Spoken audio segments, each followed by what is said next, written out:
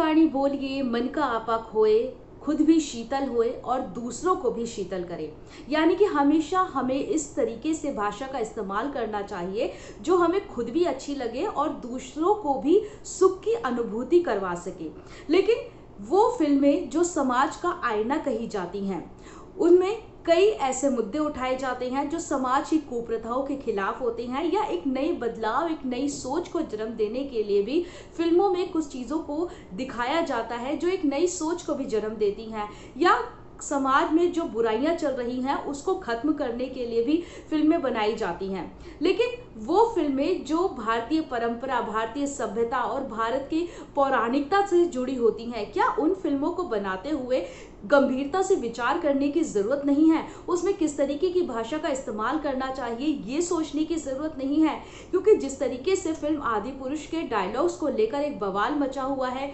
जगह जगह प्रदर्शनकारी प्रदर्शन कर रही हैं, सिनेमा हॉल से लोगों को बाहर निकाला जा रहा है, ऑडियंस को बैठने नहीं दिया जा रहा है, सोशल मीडिया पर एक जंग छिड़ गई है कि फिल्म में जो डायलॉग्स इस्तेमाल किए गए हैं ऐसा नहीं होना चाहिए था, भाषा का इस्तेमाल नहीं करना चाहिए था। कई टीवी चैनल्स पे एक डिबेट छिड़ गई है कि आदि पुरुष को लेकर भारत की संस्कृति का यह अपमान बताया जा रहा है। कई जो संगठन हैं वो सामने आ रही हैं, कांग्रेस और बीजेपी में आपसी सियासत देखने को मिल रही है, कई पार्टियों के नेता इसको लेकर बयानबाजी कर रही हैं। लेकिन सवाल यही उठ रहा है कि डायलॉग्स को लेकर जो सोच रखी गई थी, क्या वाकई ही उस सोच का इस्तेमाल होना चाहिए था? क्योंकि मनोज मुंतशिर की ओर से साफ तौर पर कहा गया है कि जो डायलॉग हैं वो अब बदल दिए जाएंगे। हालांकि अब बदल दिए जाएंगे, जब मामला हाईकोर्ट पहुंचता है, पूरी जंग छिड़ जाती है, तब डायलॉग बदलने की बात की जाती है। लेकिन वाकई में इतना संरक्षण मनोज को किसकी ओर से मिला कि मनोज ने इस तरीके की भाषा का इस्तेमाल किया गया था?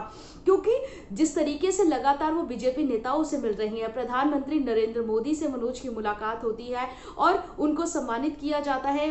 मोदी की ओर से कि जो फिल्म बनाई है उसको लेकर उनका जो मुलाकात होती है वो देखने को मिली है। वो प्रधानमंत्री नरेंद्र मोदी जिनके पास मिलने के लिए अपॉइंटमेंट की ज़रूरत होती है, और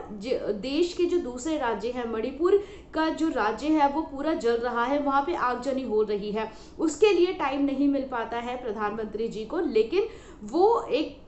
लेखक जिनकी लेखनी को लेकर विवाद छिड़ा हुआ है, जिनके डायलॉग्स को लेकर विवाद छिड़ा हुआ है, उससे प्रधानमंत्री नरेंद्र मोदी की मुलाकात होती है। हरियाणा के मुख्यमंत्री से मनोज की मुलाकात होती है और उत्तराखंड के मुख्यमंत्री से उनकी मुलाकात होती है। उन्हें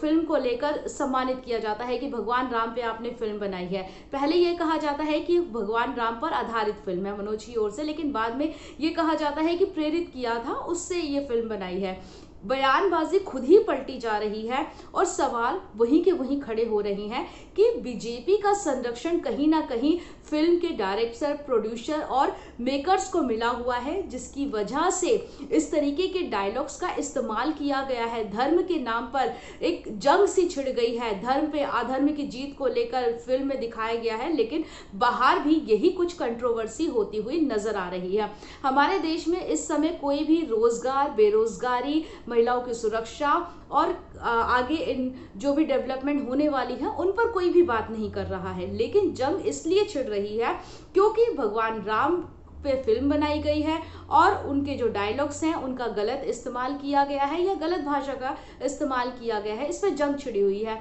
लेकिन वो भारत जहां पर इतनी ज़्यादा आबादी है, कई लोग बेरोजगार हैं, लड़कियां घर से कई जगह पे बाहर नहीं निकल पाती हैं, शिक्षा का अभाव है, लोगों के पास रोजगार नहीं मिल पा रहा है, सुरक्षा का अभाव है, सुरक्षा व्यवस्था अच्छी नहीं है, कहीं पर भी कई सुसाइड के केस सामने आ रहे हैं, लोग मेंटली इतने ज़्यादा परेशान हो जा रहे हैं, तो कहीं पे जो प्रेमी प्रेमिकाओं की हत्या की जो बात है वो सामने आती है, लव जिहाद के मामले सामने आते हैं। लेकिन वो देश जो भारतीय परंपरा, सभ्यता और संस्कृति की गाथा माना जाता है, उस देश में धर्म के नाम पर, भाषा के नाम पर जिस तरीके से लड़ाई देखने को मिल रही है वो बताने के लिए काफ़ी है कि अगर अभी भी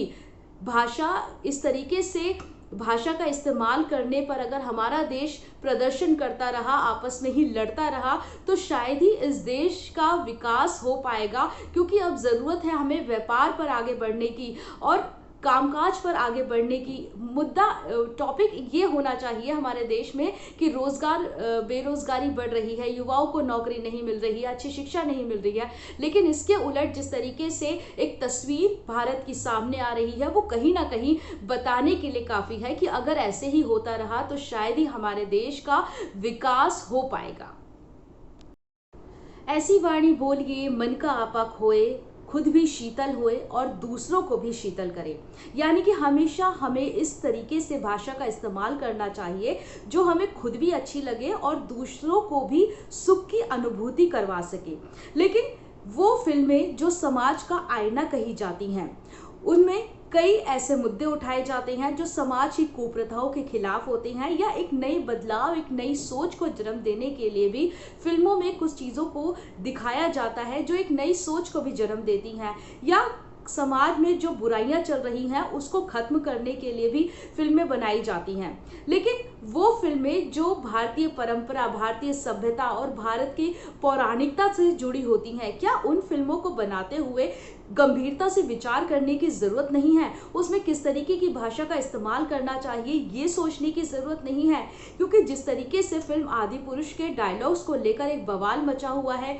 जगह जगह प्रदर्शनकारी प्रदर्शन कर रही हैं, सिनेमा हॉल से लोगों को बाहर निकाला जा रहा है, ऑडियंस को बैठने नहीं दिया जा रहा है, सोशल मीडिया पर एक जंग छिड़ गई है कि फिल्म में जो डायलॉग्स इस्तेमाल किए गए हैं ऐसा नहीं होना चाहिए था, भाषा का इस्तेमाल नहीं करना चाहिए था। कई टीवी चैनल्स पे एक डिबेट छिड़ गई है कि आदि पुरुष को लेकर भारत की संस्कृति का ये अपमान बताया जा रहा है। कई जो संगठन हैं वो सामने आ रही हैं, कांग्रेस और बीजेपी में आपसी सियासत देखने को मिल रही है, कई पार्टियों के नेता इसको लेकर बयानबाजी कर रही हैं। लेकिन सवाल यही उठ रहा है कि डायलॉग्स को लेकर जो सोच रखी गई थी क्या वाकई ही उस सोच का इस्तेमाल होना चाहिए था? क्योंकि मनोज मुंतशिर की ओर से साफ तौर पर कहा गया है कि जो डायलॉग हैं वो अब बदल दिए जाएंगे। हालांकि अब बदल दिए जाएंगे, जब मामला हाईकोर्ट पहुंचता है, पूरी जंग छिड़ जाती है, तब डायलॉग बदलने की बात की जाती है। लेकिन वाकई में इतना संरक्षण मनोज को किसकी ओर से मिला कि मनोज ने इस तरीके की भाषा का इस्तेमाल किया गया था?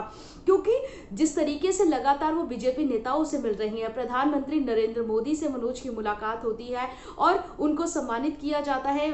मोदी की ओर से कि जो फिल्म बनाई है उसको लेकर उनका जो मुलाकात होती है वो देखने को मिली है। वो प्रधानमंत्री नरेंद्र मोदी जिनके पास मिलने के लिए अपॉइंटमेंट की जरूरत होती है और देश के जो दूसरे राज्य हैं, मणिपुर का जो राज्य है वो पूरा जल रहा है, वहां पे आगजनी हो रही है, उसके लिए टाइम नहीं मिल पाता है प्रधानमंत्री जी को। लेकिन वो एक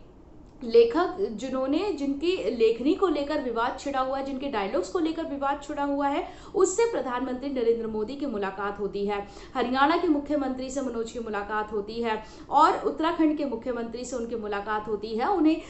फिल्म को लेकर सम्मानित किया जाता है कि भगवान राम पे आपने फिल्म बनाई है। पहले यह कहा जाता है कि भगवान राम पर आधारित फिल्म है मनोज की ओर से, लेकिन बाद में ये कहा जाता है कि प्रेरित किया था, उससे ये फिल्म बनाई है। बयानबाजी खुद ही पलटी जा रही है और सवाल वहीं के वहीं खड़े हो रहे हैं कि बीजेपी का संरक्षण कहीं ना कहीं फिल्म के डायरेक्टर, प्रोड्यूसर और मेकर्स को मिला हुआ है, जिसकी वजह से इस तरीके के डायलॉग्स का इस्तेमाल किया गया है। धर्म के नाम पर एक जंग सी छिड़ गई है, धर्म पे अधर्म की जीत को लेकर फिल्म में दिखाया गया है, लेकिन बाहर भी यही कुछ कंट्रोवर्सी होती हुई नजर आ रही है। हमारे देश में इस समय कोई भी रोजगार, बेरोजगारी, महिलाओं की सुरक्षा और आगे इन जो भी डेवलपमेंट होने वाली है उन पर कोई भी बात नहीं कर रहा है। लेकिन जंग इसलिए छिड़ रही है क्योंकि भगवान राम पे फिल्म बनाई गई है और उनके जो डायलॉग्स हैं उनका गलत इस्तेमाल किया गया है या गलत भाषा का इस्तेमाल किया गया है, इस पर जंग छिड़ी हुई है।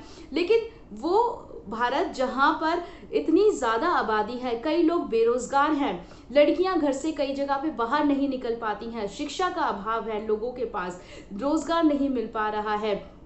सुरक्षा का अभाव है, सुरक्षा व्यवस्था अच्छी नहीं है, कहीं पर भी कोई कई सुसाइड के केस सामने आ रहे हैं, लोग मेंटली इतने ज़्यादा परेशान हो जा रहे हैं। तो कहीं पे जो प्रेमी प्रेमिकाओं की हत्या की जो बात है वो सामने आती है, लव जिहाद के मामले सामने आते हैं। लेकिन वो देश जो भारतीय परंपरा, सभ्यता और संस्कृति की गाथा माना जाता है, उस देश में धर्म के नाम पर, भाषा के नाम पर जिस तरीके से लड़ाई देखने को मिल रही है, वो बताने के लिए काफ़ी है कि अगर अभी भी भाषा इस तरीके से भाषा का इस्तेमाल करने पर अगर हमारा देश प्रदर्शन करता रहा, आपस में ही लड़ता रहा, तो शायद ही इस देश का विकास हो पाएगा। क्योंकि अब ज़रूरत है हमें व्यापार पर आगे बढ़ने की और कामकाज पर आगे बढ़ने की। मुद्दा